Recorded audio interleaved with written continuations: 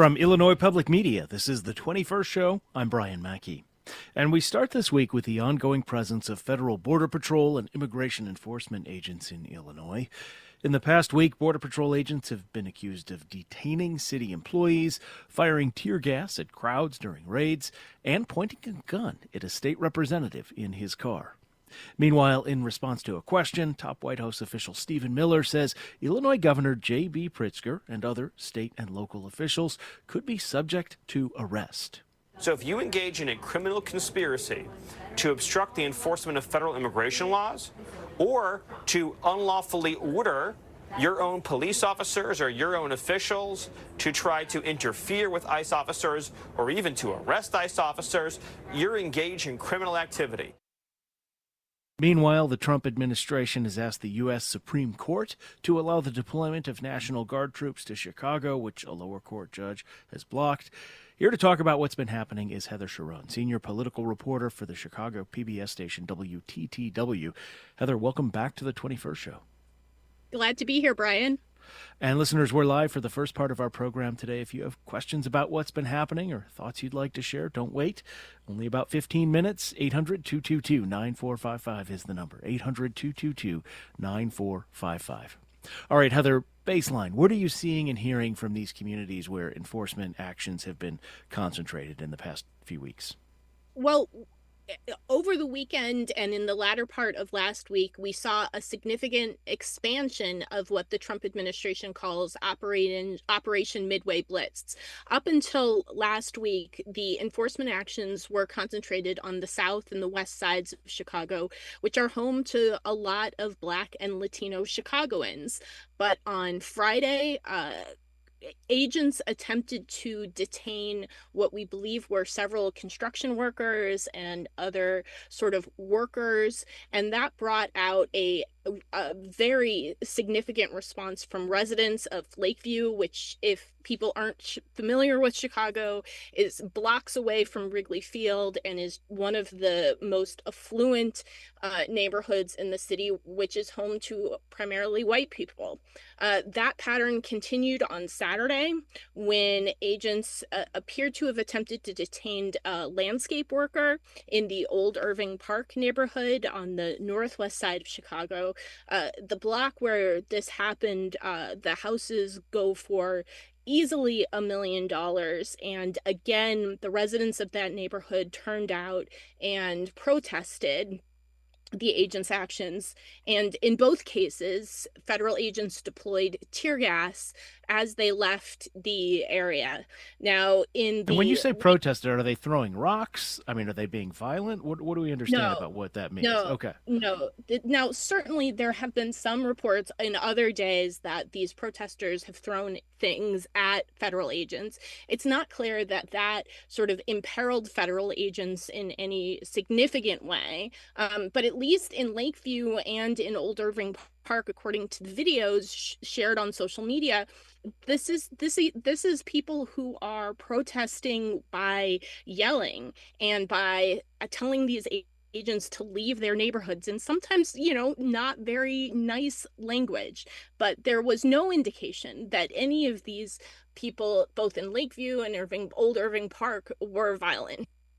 Now, federal officials have said that earlier in the week in Little Village, agents deployed tear gas because there were fireworks, they said, quote unquote, commercial grade fireworks, and rocks thrown at federal agents. Again, the videos of those incidents do not support that assertion. And at least one of the alder people who was on the scene, Alderman Siccho Lopez, who represents Pilsen, he told me that there was nothing along those lines before agents deployed tear gas. All right. So, agents are carrying out these enforcement actions. They're tear gassing crowds. You mentioned this group tear gassed in Little Village last week. How does that comport with what agents are supposed to be doing per these court orders that have been sought and obtained by activists and press and other groups in Illinois? Yeah, I think that's the really crucial question that we'll be getting more information about during a highly anticipated court hearing tomorrow in front of U.S. District Court Judge Sarah Ellis. Ellis has ordered federal agents not to use crowd control methods, including tear gas and pepper spray and pepper balls, unless agents face an imminent risk of harm and only after there have been 2 warnings to disperse. Now, the way it's supposed to work is that if a protest or something gets out of hand, federal agents are supposed to order people to leave the scene. If they refuse to do so, federal agents are then supposed to order them again to leave the scene and warn that crowd control measures are being prepared, such as tear gas, and then and only then can tear gas be deployed in compliance with this judge's order. None of the videos that I've seen that have been reported by my colleagues in the media clearly show those orders being given. Nevertheless, Border Patrol Chief Greg Bovino was at least one of the officers who deployed tear gas in Little Village last week. He is due in front of Judge Ellis tomorrow morning at 10 a.m. At what we anticipate to be a hearing where Judge Ellis will ask him about the decisions that both he made and the agents under his command made to deploy tear gas now 7 times in the city of Chicago since the start of October. Yeah, and Greg Bovino's an interesting character. He was in Los Angeles when there was enforcement action there. I guess technically his title is like head of the El Centro Patrol Division for the Border Patrol, but he keeps being seen all over the country. He told, you noted last week, that he told CBS News, the use of force that I've seen has been exemplary, the least amount of force necessary to accomplish the mission.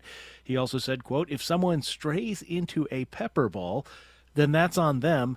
Don't protest and don't trespass. Can you say more about what his role has been in all of this? Well, it's a really big question about exactly what role he is playing in, as I said, Operation Midway Blitz. During a hearing last week in front of Ellis, an official with the Border Patrol identified Bovino as the head of Operation Midway Blitz. But again, it's not been entirely clear sort of who is, dictating the agents' hour by hour, day by day duties. I anticipate we will hear more questions from the judge along those lines. I think it's been really confusing for people to know here in Chicago that these are, by and large, Border Patrol agents that they are seeing sort of masked up in combat fatigues, carrying long military-style weapons, when Chicago, is not on the border. And I think that there are a lot of questions, some raised by Governor J.B. Pritzker himself, about whether the Border Patrol even has the legal authority to be operating in Chicago. But again, the ability, because the Border Patrol is supposed to operate within 100 miles of a border, right? Correct. And last I checked, Chicago's a little bit out of that radius, even if you're thinking about the Canadian border. So it's a little bit unclear, and that has made it difficult for judges like Judge Ellis and other judges to hold agents accountable for what they've been doing since September 8th of this year. Let me remind listeners, it's the 21st show. We're talking about the latest on ICE and Border Patrol actions in Illinois with Heather Sharon, senior political reporter for Chicago PBS station WTTW. We've talked about, on our program, several elected officials have been working on the ground in response to all of this. Some of them have been targeted by agents because of that, including last week, State Representative Han Wynn. What happened there? Well, Representative Wynn said that he was performing essentially what has become an increasingly important part of state representative and alder people and other kinds of elected officials' day-to-day duties. He has been going around, his neighborhoods, and when they receive a report of the presence of ICE agents or Border Patrol agents, he has gone to that location and sounded the alarm so that anybody who might be concerned about being detained can leave the area or seek shelter elsewhere. And he said that's what he was doing when he was stopped by an armed agent who pointed a weapon at his head. And made him fear for his life. Now, Representative Wynn is an interesting person in the state assembly, or I'm sorry, in the House. He is running for Congress in the 9th district, and he is a Vietnamese refugee. His family helped the American Army in Vietnam, and then sought essentially asylum in America. And he takes these issues very, very seriously. Now, I should say, federal officials told me that they stopped the state representative because he was interfering and impeding in their operations, and that they drew their weapon on him. They did not deny having done so, but they said that they were forced to sort of make an assessment as to whether he posed a threat to officers. Representative Wynn said that was completely false. Yeah, well, and let me just note to listeners, we are scheduled to speak with Representative Wynn on the program later this week. Okay, and maybe this is something we should pause on, because this has been happening. So state representatives are in their cars, sometimes following around agents, warning people, honking. Other people honk horns. I've seen videos where it's sort of like a whistle blowing network where somebody spots an agent and then people start blowing whistles, and then the neighbors hear and they come out and blow whistles too. Is this legal? I mean, is this in fact, as Stephen Miller had it in that clip at the beginning of the program, is this like interfering with a federal enforcement action? I mean, what have we seen sort of in terms of answering that question? Under the First Amendment to the Constitution, protest of government agents' actions is legal. Now, what people are in fact not allowed to do is, of course, strike agents or otherwise interfere with them carrying out their lawful orders. So officials are very confident they are well within their rights to be sort of trailing these agents and sounding the alarm. This is not a new approach to people advocating for the rights of undocumented immigrants in Chicago. It is just simply more prominent.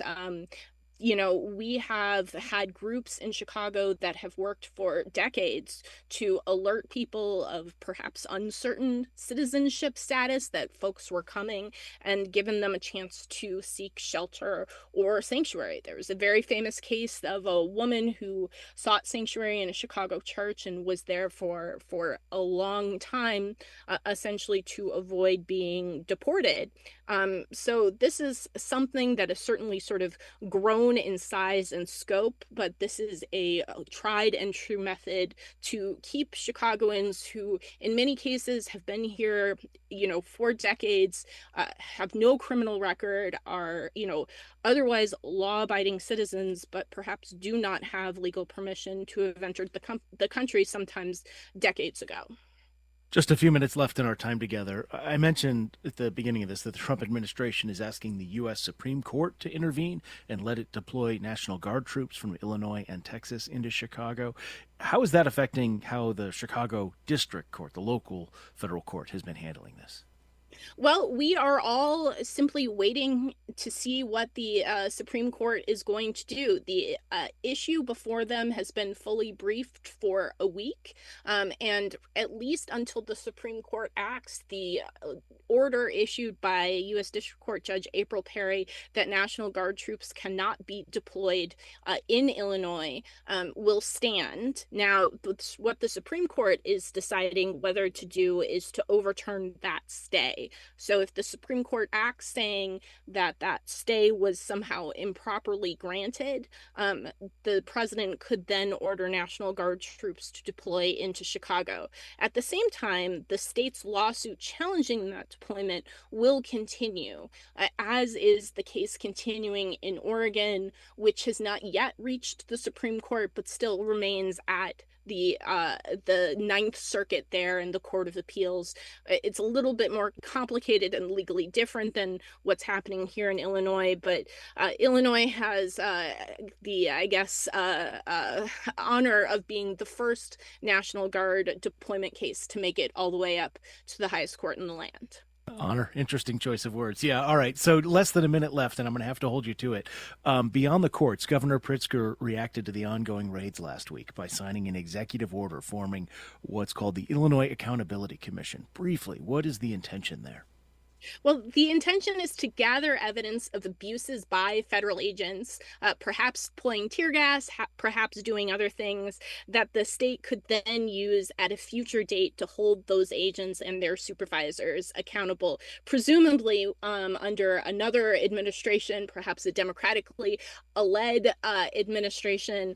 But it is an indication that for now, the state's ability to check that behavior is significantly limited. The phrase truth and reconciliation keeps echoing through my mind. Yeah. Heather Sharon covers politics for the Chicago PBS station WTTW. Thank you so much for staying on top of this stuff and sharing your reporting with us. I really appreciate you having me. Thanks, Brian. More to come after a short break. This is the 21st show. Please stay with us.